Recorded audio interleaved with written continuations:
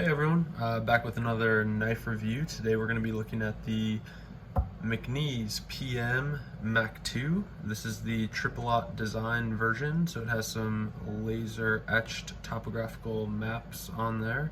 The details on this knife: it sports a 3-inch blade. We're running caged bearings as well as CTS XHP steel, which I am not familiar with, but pretty impressed with it so far. And yeah, we're gonna give it a go and see what it's got. This Mcnees is actually my first Triple Aught Design collaboration that hasn't been a hinderer or just a tad dauntless. First was released about 2 months ago, and they recently did another drop of these in various configurations. I didn't know anything about Mcnees, and to be honest, I don't know. I was kind of frustrated trying to keep up with all the custom knife makers that Triple Aught Design was collaborating with, but this one came up actually on the secondary market, and got a good price on it, and I really liked the size, so thought I would give it a go and test it out and see if it was something worth picking up. I'm gonna split this video into my normal pros and cons, but I do have a kind of a weird section of this review where, things that I've noticed about this knife from carrying it and kind of just honestly sitting with it, right? I mean, I think we learn a lot about the tools we use just by interacting with them, flicking them, having them in our pocket, etc. And there were a couple of weird things that I picked up as well, but definitely we'll start with the pros. The first pro that I have for this knife is as it pertains to everyday carry, and I think this really is the perfect size. It's you got a 3-inch blade. The handle, although it's a little bit wider, it houses the blade really well, and it kind of it smushes into a really nice package to carry, and I definitely appreciate that. I think throughout my life, whether it's here for a size comparison, Strider SMF, again barely fitting on the screen. This one's pretty awesome, and it will do 90% of the tasks that you run into, without needing to bump up to a larger blade. I really couldn't be happier with the size of the blade for EDC carry. It's very discreet. This is one of those knives that if you pull out, no one is really going to look at you sideways. And I feel like with the SMF, or here I have a large Inkosi. These knives when you fire them out of your pocket, whether it's a coworker or someone on the street, you're going to get a weird look. This one, very discreet, under the radar, but just as, if not more capable than these two. Before we go any further, I wanted to do a wrist check. Again, I am going to try to get into doing more watch reviews. Today I'm sporting a Sengen Instruments. This is the Overlord DLC. I also switched out the strap with Zulu Alpha. If you're not familiar with the Zulu Alpha straps, they make straps in both 20 and 22 millimeter, and they're great. Actually met the owner a couple weeks ago. Couldn't have been a nicer guy, but they do really great work there, and they're kind of revamping the NATO strap, so definitely check them out. The next pro that I have for this Mcnees is going to be the pocket clip. Although it is not a deep carry clip, they did a really good job. Obviously, this is the Triple Aught Design version, so it's a little bit, ornamental, but they really knocked it out of the park. There really aren't, even though this is such a small knife, there aren't any hot spots that you normally get with a clip that's sticking out more. I recently reviewed the Tour Admiral, and that clip was kind of a disaster. So I appreciate it when companies that make knives such as this really think through all the smaller elements, because you get a knife like this, great blade, you like what it looks like, and they just have a garbage truck for a clip. That really takes away from the use of it. So I do think that they did an excellent job. Again, it's not a deep carry clip, but in my experience, like, deep carry clips are great to a point, but at the end of the day, if I have,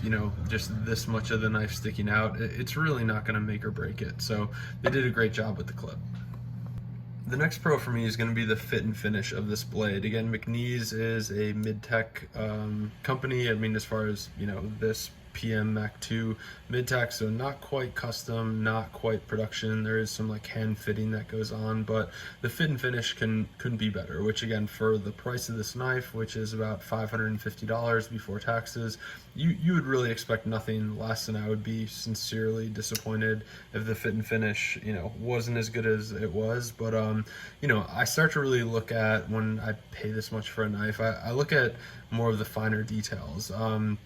With this knife, and you're not going to be able to see it because the shadows here are crazy, but they did a really awesome job. Like, I feel like a lot of times with full titanium knives, they just become so heavy and bulky. They did a ton of weight recessing in here, and there's at least 3 to 5 circles on both sides where they, you know, took out some of the material, so you're not losing the rigidity of anything. But you know, this is a lighter knife. The other thing that I picked up, which is also one of the pros, is this lock bar chamfer that they did. One of my complaints about this knife, this Medford Slim Midi, was, you know, having that sharp lock bar there.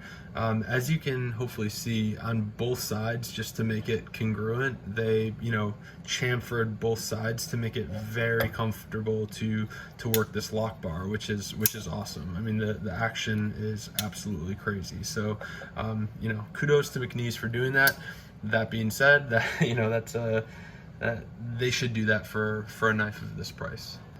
All right, the next pro that I noticed about this Mcnees is the fact that it is running on caged bearings. I know it's kind of a controversial subject in the sense that, you know, any sort of bearing, anything that's not a washer, there is a risk of it getting, you know, fouled, you losing a bearing, which, you know, could cause catastrophic failure, blah, blah, blah.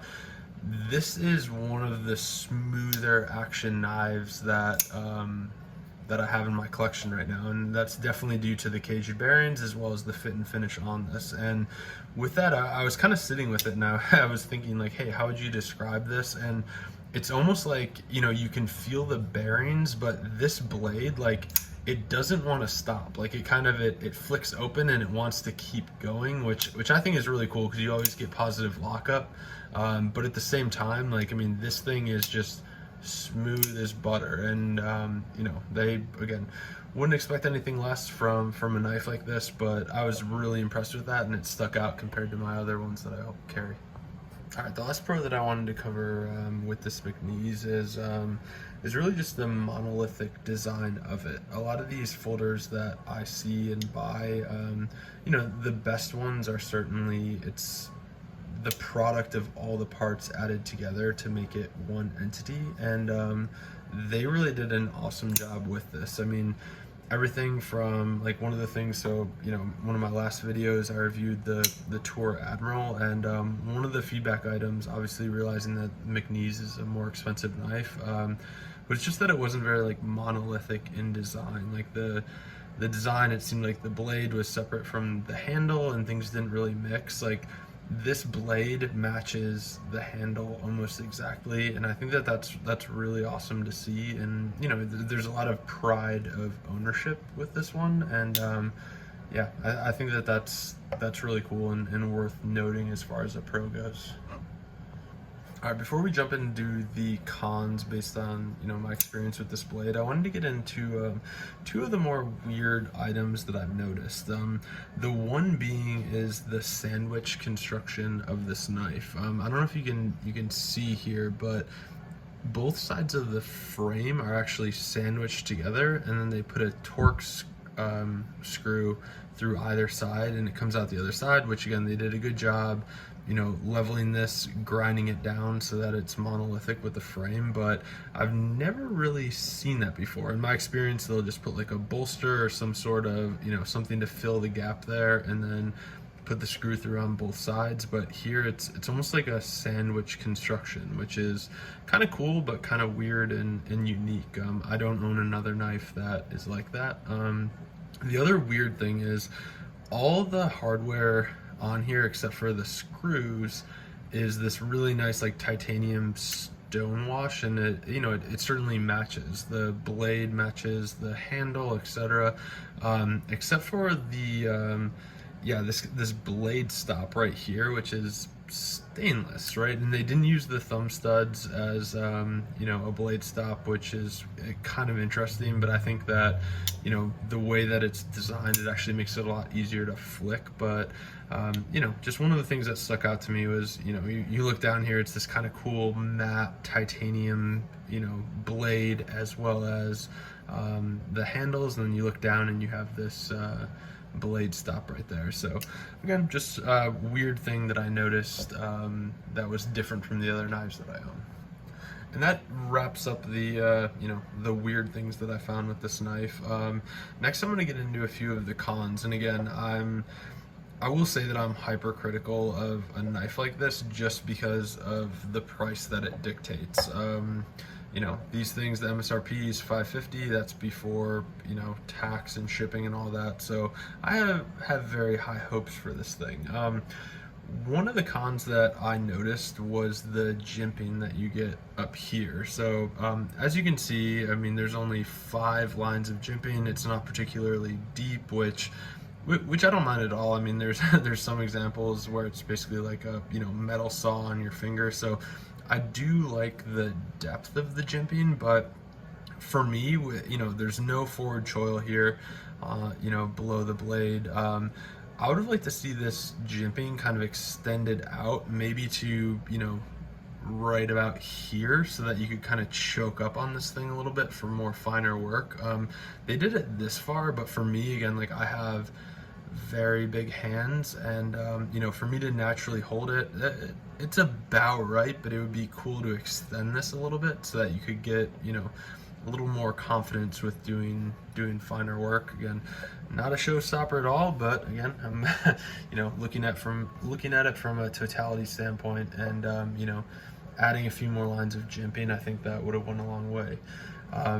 The other con that I saw with this was actually in the lock bar. So with the lock bar, again, everything is this really nice, you know, on the handles, stone washed. They did a really nice job fit and finish. We already covered the chamfering of everything. Smooth finish. That is, except for like this pocket right here, which I'll try to, I don't know if I can get you can kind of see it right there. So it's very like rough in here, and I mean, even the Triple Aught Design, you know, version of this, they did the laser etching inside there, but you know, there, as well as behind the lock bar, like, it is not smooth at all. It kind of looks like the surface of the moon, actually. And you know, I was thinking about that. I was like, hey, well, why wouldn't they do that? Was the pocket clip in the way? I was like, no, that couldn't be it. Like, it was what they cut it with. I don't really know, but there's almost like, I don't know, it looks like powder or something. Like, this area here, like, I don't know if you can hear that.